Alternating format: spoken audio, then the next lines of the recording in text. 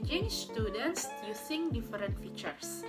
Setelah guru mempersiapkan kelas secara kreatif di Zoom, jangan lupa untuk melibatkan siswa dengan menggunakan berbagai fitur-fitur menarik yang telah disediakan oleh Zoom. Agar pembelajaran tidak terasa mudah bosan, guru dapat memberikan jenis tugas interaktif dengan memanfaatkan fitur-fitur yang ada. Dengan tugas tersebut akan memberikan fleksibilitas untuk memecahkan sesi kelas yang terasa teramat panjang. Terdapat fitur-fitur yang dapat meningkatkan keterlibatan siswa. Yang pertama itu ada fitur chat, yang kedua ada fitur share screen, yang ketiga ada fitur polling, yang keempat ada fitur non-verbal feedbacks, dan yang terakhir ada breakout rooms. Selanjutnya, guru dapat membuat spesifik teaching skenario.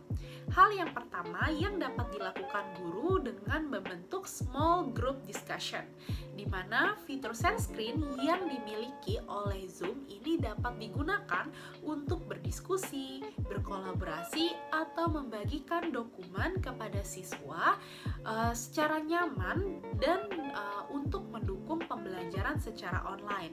Selain itu, guru juga dapat menggunakan audio atau rekaman yang berkualitas tinggi untuk dapat berdiskusi, berkolaborasi dengan siswa maupun dengan kelompok secara lebih mudah.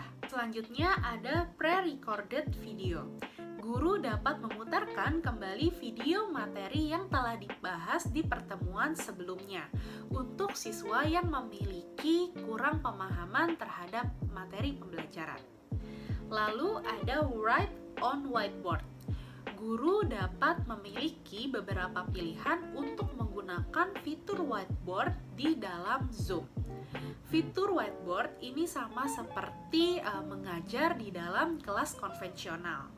Guru dapat melibatkan siswa dengan menggunakan metode sederhana. Selain itu, fitur whiteboard juga mempermudah pendidik untuk dapat memahami atau menyampaikan materi agar lebih paham kepada peserta didik, khususnya pada materi numerik ataupun menggambar.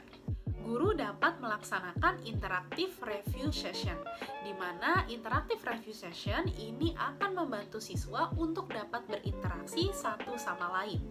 Guru dapat melaksanakan presentasi kecil-kecilan atau melakukan debat, dan kemudian siswa dapat memberikan ulasan melalui polling. Nah, polling yang digunakan di Zoom ini dapat digunakan untuk mengumpulkan masukan dan menangani maupun mengatasi ruang breakout pribadi.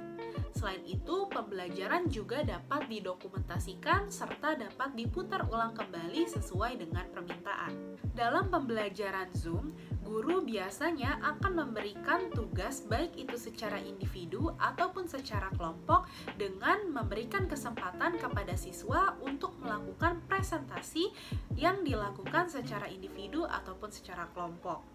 Nah, yang pertama yakni ada Zoom Individual Presentation Setup.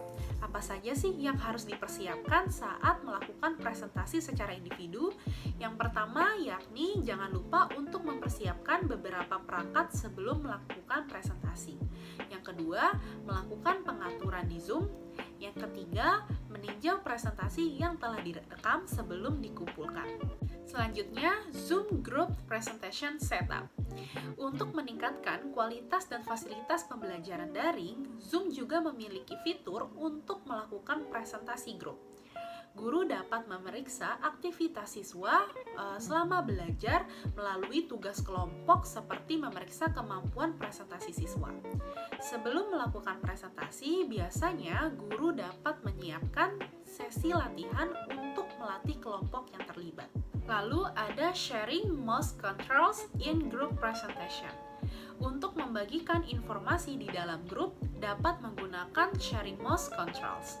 Misalnya, host dapat memantau presentasi seperti memulai atau berhenti rekaman, dan PowerPoint dapat dibuka di perangkat masing-masing anggota. Agar dapat sharing mouse controls, peserta harus bergabung dengan komputer atau laptop yang telah terhubung dengan Zoom. Kemudian meminta host untuk berbagi walau dalam jarak jauh. Host juga dapat memberikan kontrol mouse touchpad kepada beberapa anggota grup lainnya yang ada di konferensi tersebut.